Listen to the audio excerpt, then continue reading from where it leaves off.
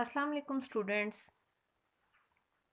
मैं उज़्मा हमीद, आपकी गाइड, आपकी टीचर।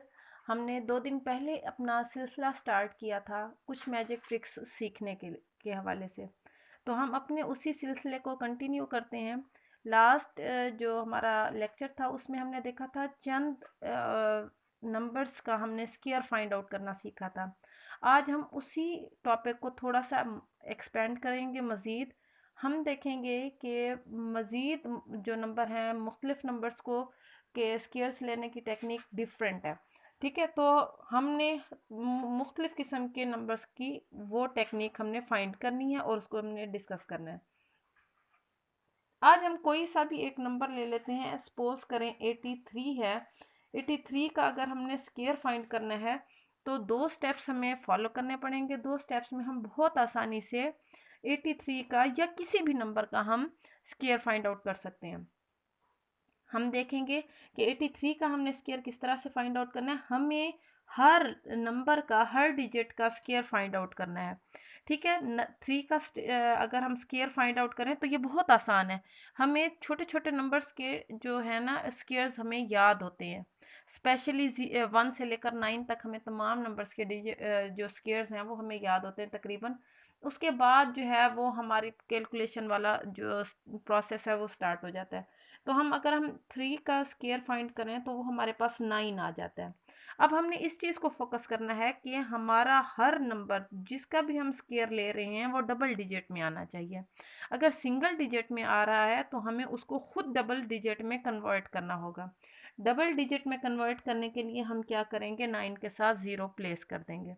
हर बार जब भी हम किसी भी नंबर का स्क्वायर फाइंड करने की ट्रिक यूज़ कर रहे हैं तो वहाँ हमारे पास डबल डिजिट होना चाहिए। अगर सिंगल डिजिट आ रहा है तो हमें वहाँ पर उसको डबल डिजिट में कन्वर्ट करना होगा। सिर्फ एक ये छोटी सी बात है जिसको आपने हमेशा जहन में रखना है। उसके बाद हमने क्या करना है, 8 का भी इसी तरह से हमने स्क्वायर फाइंड कर लेना है विच इज़ 64। पहला स्टेप कंप्लीट हो गया हमारा। सेकंड स्टेप हमारा क्या है कि हमने इन 3 डिजिट्स को 8, 3 और 2 को आपस में मल्टीप्लाई कर देना है। ठीक है, 8 3 ज़ार 24 हो जाएगा और 24 को 2 से मल्टीप्लाई करें तो ये क्या आ जाता है, 48 आ जाता है। हम इनका सिंपली सम करेंगे और ये हो गया हमारा 83 का स्क्वायर फाइंड आउट। अब मुझे बताएं कि हमने 1 मिनट से भी पहले हमने क्या कर लिया, ये स्क्वायर फाइंड आउट कर लिया। इसमें भी हमने टाइम कंज्यूम किया क्योंकि हमने इसको एक्सप्लेन किया। जब हम अपने माइंड में इस चीज़ को करेंगे तो ये तकरीबन 30 सेकेंड्स में हम बहुत आसानी से कर पाएंगे। ठीक है, एक और नंबर हम ले लेते हैं। कोई सा भी नंबर आप अपने जहन में सोचें और आप उसके ऊपर ये ट्रिक अप्लाई करके देखें और मुझे बताइएगा कि आपका आंसर एक्यूरेट आया या नहीं। चलिए जी, हम अपनी ट्रिक को इस नंबर पे जो है अप्लाई करके देखते हैं, चेक करते हैं क्या हमने ये सही फाइंड किया कि नहीं किया। 7 का स्क्वायर अगर हम फाइंड कर रहे हैं तो ये 49 है।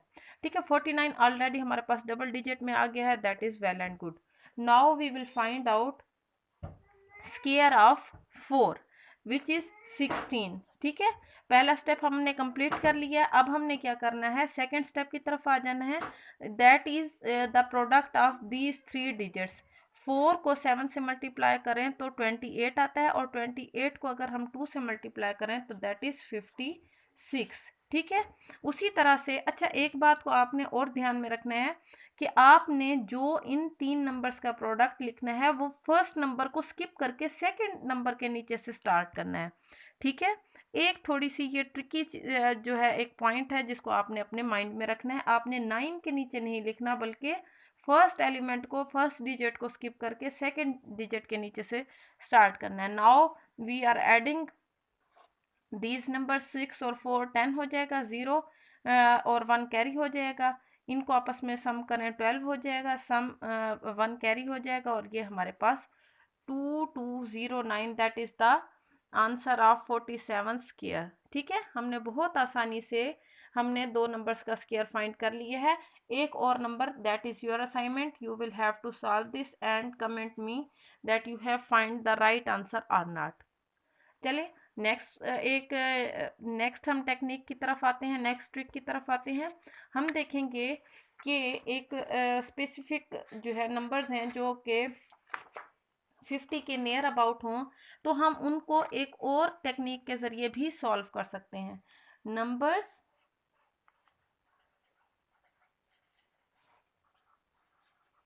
नियर अबाउट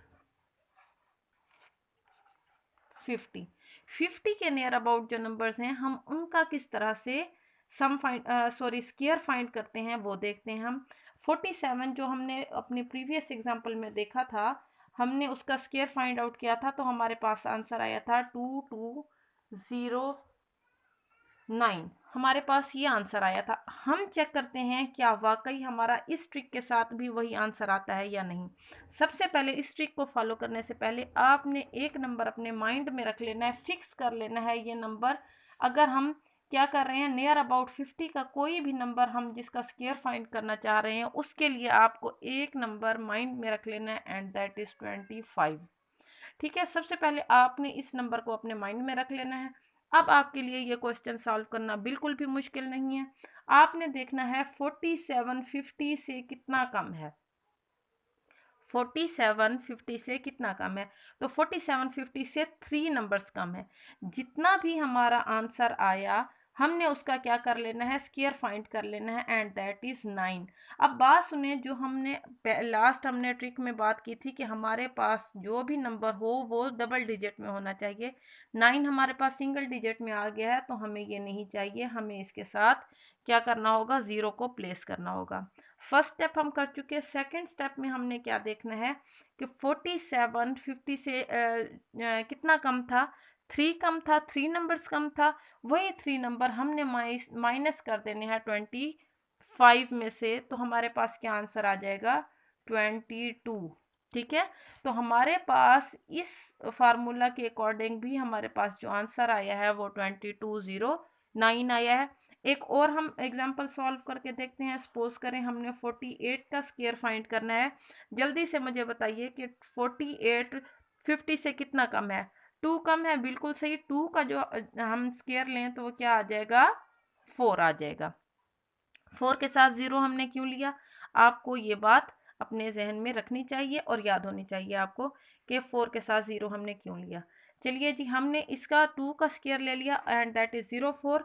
अब हमने देखना है कि 48 जो है 50 से कितना कम था, 2 कम था। 2 को हमने माइनस कर देना है 25 में से, तो हमारे पास आंसर क्या आ जाएगा, 23।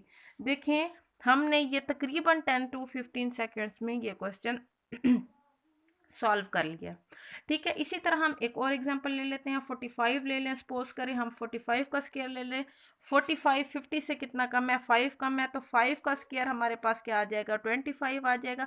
5 नंबर्स हमारे पास कम था तो 5 हम अगर 20 से माइनस कर देते हैं तो हमारे पास आंसर आ गया 25।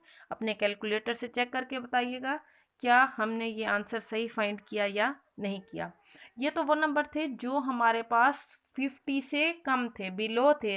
अब अगर हम डिस्कस करें उन नंबर्स को जो हमारे पास 50 से अबव हैं, तो हमें क्या टेक्निक इस्तेमाल करनी पड़ेगी, we will have to use the same technique. हम देखते हैं, सपोज करें 52 अगर हमारे पास एक नंबर है, हमने इसका स्क्वायर फाइंड करना है, तो हमने बात वही है, हमने माइंड में वही रखना है 25। ठीक है, 25 को आपने माइंड में रखना है। 52 हमारे पास 50 से कितना अबव है, 2 नंबर्स अबव है, हमें वही उसका स्क्वायर लेना होगा एंड दैट विल बी 04। अब हमें क्या करना है, ये देखना है कि ये 52 हमारा 50 से कितने नंबर ज़्यादा था, 2 नंबर ज़्यादा था, तो वही 2 नंबर अब हमने 25 में ऐड कर देने हैं।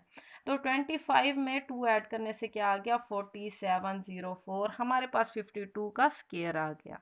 ठीक है, हमने बहुत आसानी से बहुत कम वक्त में हमने 52 का स्क्वायर फाइंड आउट कर लिया।